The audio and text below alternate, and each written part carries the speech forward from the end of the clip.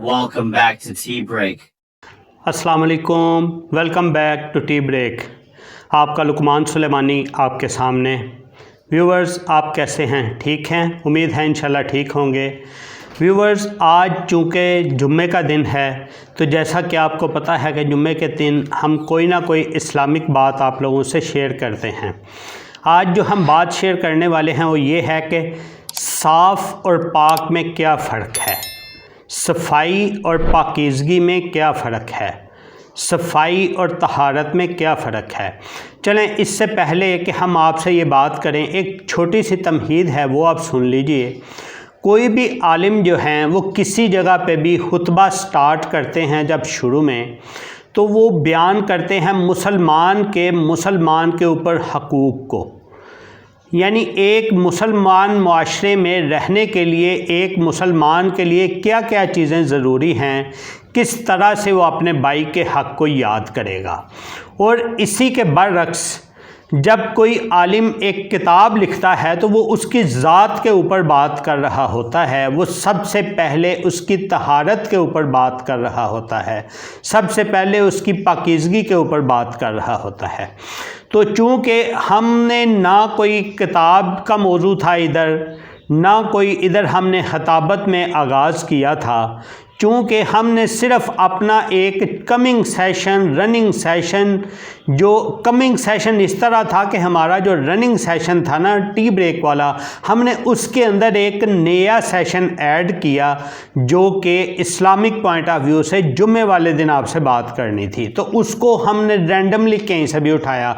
शुरू से हमने वो चीज़ें ली कि जिसमें थोड़ी सी आपकी दिलचस्पी बन जाए, लेकिन अब हमारा प्रोग्राम कुछ इस तरह सा है कि हम एक तरतीब से लेके उसको चलेंगे और चलाते रहेंगे। जैसा कि पहले भी जिक्र हुआ कि मैंने आपको अपनी किताब के बारे में बताया था, मेरी भी किताब का आगाज़ जो है वो तहारत से ही होता है। तो चलें हम अपने उस बात पे चलते हैं कि साफ़ और पाक यानी इन दोनों में क्या फ़र्क है और लोग इसमें फ़र्क क्यों नहीं कर पाते, और क्या इसमें मेन फ़र्क रखना चाहिए जो कि हम सब नहीं रखते। तो उसकी तरफ हम आते हैं। देखें, आपने ये सुना होगा एक टुकड़ा हदीस का, अत्तहूरु शत्रुल ईमान। इसका तर्जुमा करते हुए कुछ जो है वो इसका करते हैं कि ईमान का आधा हिस्सा जो है वो तहारत है, या तहारत बेसिकली आधा ईमान है, या ईमान के लिए शर्त है ये चीज़। अच्छा, चलें अत्तहूर शत्रुल ईमान को हम लेके चलते हैं आगे, लेकिन उससे पहले आप लोगों से इधर रिक्वेस्ट करते हैं कि ऐसा करें कि चैनल को सब्सक्राइब कर लें, बेल के बटन को ऑन कर लें। देखिए, साफ़ होना किसको कहते हैं? मैं आप लोगों के सामने बैठा हूँ, साफ़ होके बैठा हूँ। आपको मेरे बाल भी अच्छे से बने संवरे नज़र आ रहे होंगे, आपको मेरे हाथ भी साफ़ नज़र आ रहे होंगे, हाथों के ऊपर कोई मैल कुचैल नज़र नहीं आ रहा होगा। इसी तरह आपको मेरे ये नाखून भी साफ़ नज़र आ रहे होंगे, मेरे बाल साफ़ नज़र आ रहे होंगे। यानी जो चीज़ आपको नज़र आ रही है वो साफ़ होगी। लेकिन तहारत और पाकीज़गी ऐसी चीज़ है जो कि नज़र नहीं आने वाली चीज़। ये हर बंदे को अपना पता होता है कि वो इस वक्त तहारत में है या नहीं, पाकीज़गी में है या नहीं। जैसे इसकी एक छोटी सी मिसाल मैं आपको देता हूँ कि देखें, एक बंदा बाहर निकलता है, बाहर निकल के अपनी टेबल पे देखता है, उसकी टेबल के ऊपर कुरान मजीद भी पड़ा होता है और नाश्ता भी पड़ा होता है। वो क्या करता है, आता है, आके बिला झिझक अपने नाश्ते को शुरू करता है, नाश्ता स्टार्ट कर देता है, नाश्ते को जो है वो खाना शुरू कर देता है। लेकिन इसी के साथ ही कुरान मजीद पड़ा है, मुसहफ पड़ा है, लेकिन वो कुरान मजीद को छेड़ नहीं रहा, उसको ना हाथ लगाता है, बल्कि उसकी कोशिश यही होती है कि मैं इसकी तरफ देखूं भी नहीं। छोटा बच्चा उसका आता है, आके उसको कहता है कि बाबा आप ये कुरान मजीद उठाएं और उठा के वो सामने वाली टेबल पे रख दें, इधर बैठ के मैंने कोई अपना काम करना है या कुछ भी करना है। अब उसका बाप, उसको पता है कि वो साफ़ तो है, पाक नहीं है, तहारत में नहीं है, वो अपने बच्चे से कह देता है कि बेटा मैं साफ़ नहीं हूँ, बेटा मेरे हाथ गंदे हैं, या मैं जो है वो कुछ भी कह देता है कि मैं इसको छू नहीं सकता। तो अब उससे क्या होता है, फ़ौरन उसका बेटा बोलेगा कि बाबा आप तो खाना भी खा रहे हैं, आपके हाथ भी साफ़ हैं, तो आप इसको क्यों नहीं उठा रहे। यानी वो इस बात को अपने बच्चे को बता ही नहीं पाता कि वो पाक नहीं है, साफ़ तो ज़रूर है। तो यही वाज़ेह फ़र्क है कि आपकी पाकी जो है वो किसी को नज़र नहीं आती, ना नज़र आ सकती है। आपकी पाकी सिर्फ़ आपको पता है कि वो आप पाक हैं या नहीं, लेकिन आपकी सफाई जो है वो हर एक को नज़र आ रही होती है कि ये बड़ा साफ़ है, इसने साफ़ सुथरे कपड़े पहने हैं, इसने अच्छे कपड़े पहने हैं, इसने चेहरा इसका बड़ा साफ़ है, बाल इसके बड़े साफ़ हैं। लेकिन तहारत का हर बंदे को खुद से पता होता है। अब सफाई के तरीके क्या हैं और तहारत के तरीके क्या हैं। अगर हम सफाई के तरीक़ों की बात करें तो सफाई के तरीके में हम क्या करते हैं, हमने मसलन अपनी शर्ट गंदी थी इधर से हमारी, हमने शर्ट उतारी, शर्ट के ऊपर हमने खूब अच्छा सा जो है वो साबुन लगाया, साबुन लगा के उतने हिस्से को हमने खूब अच्छे से धो दिया और बाद में इसको देखा और दोनों साइडें एक जैसी हो गई थी। अब उसके ऊपर गंदगी नज़र नहीं आ रही थी, वो साफ़ हो गया था। तो अब क्या ये शर्ट पाक भी हो गई है? नहीं, शर्ट पाक नहीं हुई, बल्कि शर्ट के ऊपर खास नजासत वाली जो चीज़ है उसको ढूंढना पड़ेगा, उसको ढूंढ के उसको उधर से रिमूव करना पड़ेगा।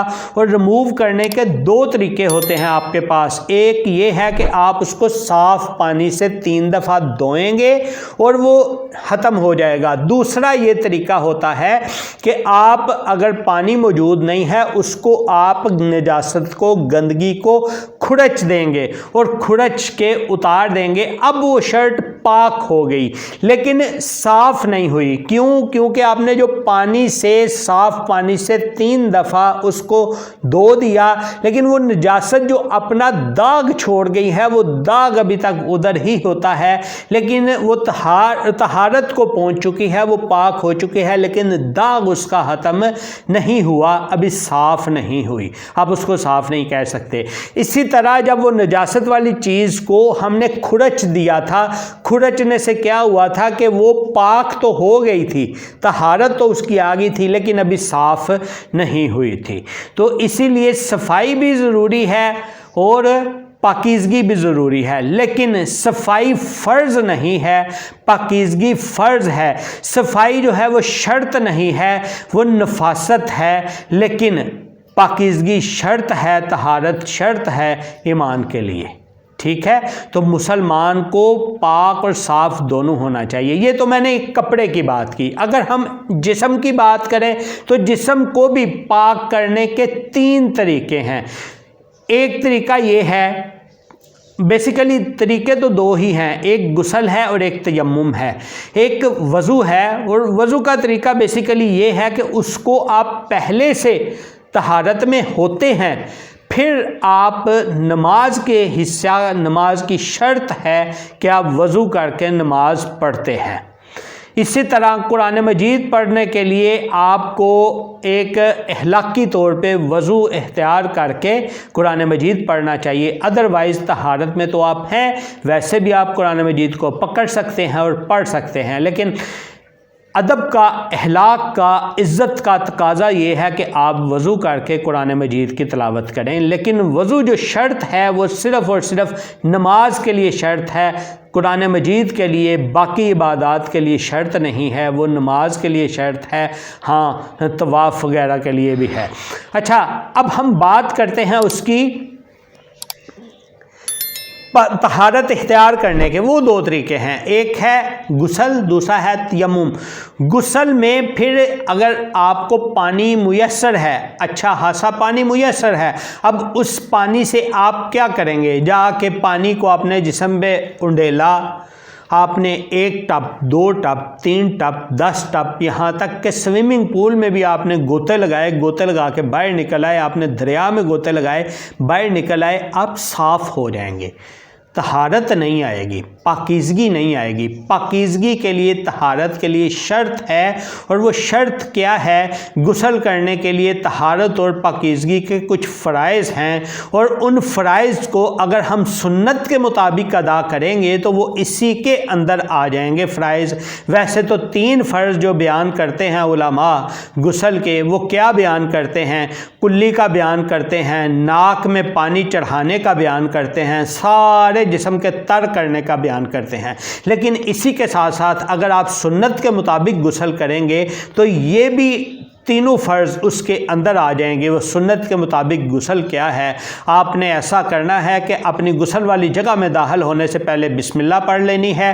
बिस्मिल्लाह पढ़ के गुस्ल वाली जगह पे दाखिल हो जाना है। दाखिल हो के जिस तरह से आप वज़ू करते हैं वज़ू करना है। आपने प्रॉपर हाथ धोने हैं, कुल्ली करनी है, नाक में पानी चढ़ाना है, मुँह धोना है, बाजू धोने हैं, सर का मसा करना है। अब जब आपने सर का मसा कर लिया, उसके बाद पहले दाईं तरफ से सर के ऊपर आपने 3 चुल्लू पानी डालना है, बाईं तरफ से फिर 3 चुल्लू पानी डालना है। फिर उनको आपने अच्छा खासा बालों में हलाल करना है। बालों में जो है वो अच्छा खासा पानी डाल के फिर दाईं साइड से जिस्म के हिस्से को तर करना शुरू करना है, बाईं साइड से जिस्म के हिस्से को तर करना है। फिर यानी पहले दाईं साइड पे करना है, फिर बाईं साइड पे सारे जिस्म को तर करके उसके बाद आपने एंड के ऊपर अपने पाँव को धोते हुए अपनी गुस्ल वाली जगह को छोड़ के बाहर आ जाना है। और ये आप लोगों की तहारत हो जाती है गुस्ल के ज़रिए से। लेकिन इससे पहले जो ज़रूरी चीज़ है वो ये चीज़ है कि आप अपने आप को साफ़ कर लें। तहारत के लिए तो इतना ही था, लेकिन इससे पहले आप अपने आप को साफ़ कर लें। साफ़ करने के लिए क्या है? आप साफ़ करने के लिए ये है, जिस्म के जिस हिस्से के ऊपर आपकी निजासत लगी है आप उस हिस्से को अच्छा खासा धोएं, साबुन से धोएं, शैम्पू से धोएं, मिट्टी से धोएं, किसी भी चीज़ से अच्छा खासा उसको धो लें। आपने अपने बालों में शैम्पू करना है, वो शैम्पू आप कर लें। आपने अपनी दाढ़ी में शैम्पू करना है, वो आप कर लें। आपने अपने निजासत वाले दिन को पहुंचते हुए बाल हैं वो हटाने हैं, वो हटा लें। आपने अपने ज़ेरनाफ बाल हटाने हैं, वो हटा लें। ये सारे काम करने के बाद फिर आपकी तहारत का प्रोसेस शुरू होता है। और वो तहारत का प्रोसेस आपका ये जो मैं बता चुका हूँ, वो नहाने वाला प्रोसेस, दूसरा जो है वो गुस्ल वाला प्रोसेस, दूसरा जो तयम्मुम वाला प्रोसेस है, तयम्मुम वाले में ये है कि आपको इतनी मिकदार में पानी नहीं मिल रहा कि आप गुस्ल कर सकेंगे, या आप किसी वजह से बीमार हैं या सफ़र में हैं, तो आप क्या करेंगे कि आप पानी को छोड़ के मिट्टी देखेंगे, और मिट्टी वो देखेंगे कि जो पाक मिट्टी हो। पाक मिट्टी वाज़े आपको नज़र आ रहा होगा, इसमें कोई बोलो बराज शामिल नहीं है। वो आप पाक मिट्टी लेंगे, पाक मिट्टी के ऊपर आपने अपने हाथ मारने हैं। हाथ मारने के बाद थोड़ा सा अपने हाथों को आप झाड़ सकते हैं, और झाड़ने के लिए कोई ताली वाला अंदाज़ नहीं अपनाना, वैसे ईजी झाड़ लें जिस तरह हो सकता है, या ज़्यादा से ज़्यादा एक दफ़ा अपने हाथों को ऐसे झटक दें।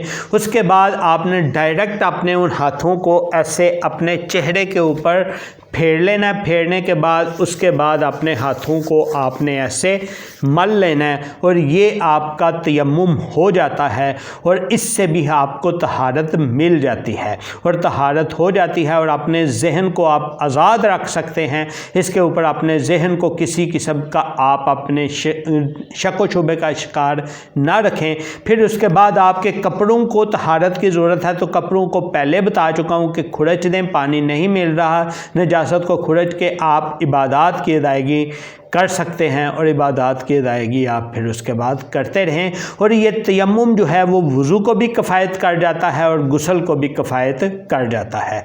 तो ये तो थे जी हमारे, मेरा ख्याल है कि मैं जो समझाना चाह रहा था सफाई और पाकीज़गी में फ़र्क क्या है। देखें ना, कोई भी डॉक्टर है जो है वो ऑपरेशन करने लगता है, सर्जन, तो वो क्या करता है, अच्छा खासा अपने आप को साफ़ करता है। कैसे? एक लोशन लगाता है, हाथ धोता है, दूसरा लोशन लगाता है, हाथ धोता है, तीसरा लोशन लगाता है, हाथ धोता है। धोने के बाद फिर नए ग्लव्स लेता है, वो ग्लव्स चढ़ाता है, मास्क चढ़ाता है, पूरा एक ड्रेसअप होता है। ये सफाई का एहतमाम हो रहा है, ये तहारत का एहतमाम नहीं हो रहा। और इसी तरह खाना खाते हुए भी आप लोग हाथ वगैरह धोते हैं, तहारत का एहतमाम नहीं, वो सफाई का एहतमाम हो रहा होता है। तहारत का एहतमाम जब भी होगा वो दो चीज़ों से होगा, या गुस्ल से होगा या तयम्मुम से होगा। हाँ, अगर आप नमाज की तरफ जा रहे हैं तो उसमें एक एक्स्ट्रा चीज़ फिर आपको वज़ू की ज़रूरत होती है, लेकिन गुस्ल वज़ू के लिए भी किफ़ायत करता है, तयम्मुम वज़ू और गुस्ल दोनों के लिए किफ़ायत कर जाता है। लेकिन अगर गुस्ल के दौरान आपने अपनी शर्मगाह को हाथ लगाया या शर्मगाह को आपने देखा तो आपके लिए फिर वज़ू करना दोबारा से ज़रूरी हो जाता है। अदरवाइज़ आपने सुन्नत के मुताबिक गुस्ल किया है तो आपके लिए वज़ू के लिए काफ़ी है। तो मेरा ख्याल है कि मैं अपनी बात समझा सका हूँगा। वीडियो पसंद आई हो तो लाइक भी कीजिएगा और शेयर भी कीजिएगा, और चैनल को सब्सक्राइब करना मत भूलिए। मिलते हैं नेक्स्ट टी ब्रेक में। अपना बहुत सा ख्याल रखिए। अल्लाह हाफ़िज़।